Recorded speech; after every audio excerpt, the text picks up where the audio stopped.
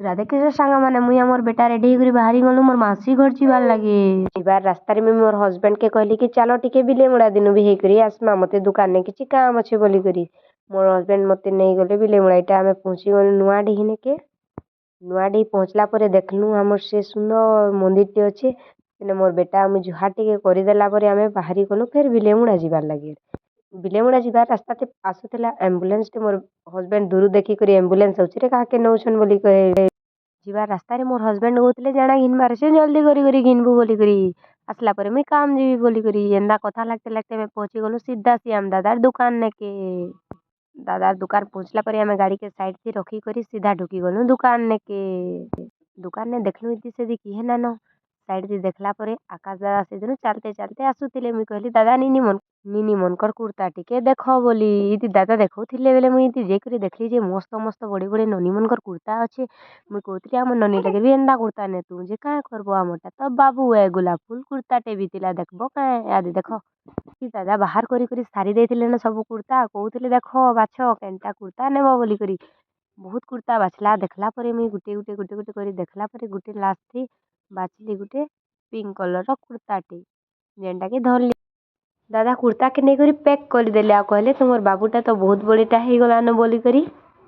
ମୋର୍ husband ସେଠି ପଇସା ଦେଉଥିଲା ବେଲକେ ମୁଇଁ ଇତି ଗୁଟେ ଦେଖଲି ଯେ ନନି ପିଲାଟେ ଠିଆ ହେଇଛେ ଯାଇକରି ଦେଖସି କାଣା ହେଇଛେ ବୋଲିକରି ଦେଖଲି ଯେ ତାର ଟୁପିଟା ଉଲ୍ଟି ଯାଇଥାଏ ଆଗଦି ଆସି ଯାଇଥାଏ। ଦେଖଲି ତାର ଟୁପିକେ ସିଧା କରିଦେଲି ଦେଖବା ବୋଲିକରି ଯେ ପୁତଲିର ଆଗରେ थे ଦାଦା ଏତ୍କିଟି ହସି ପକାଲେ କହିଲେ ହେଇଗଲା ତୁମର କହିଥିଲି।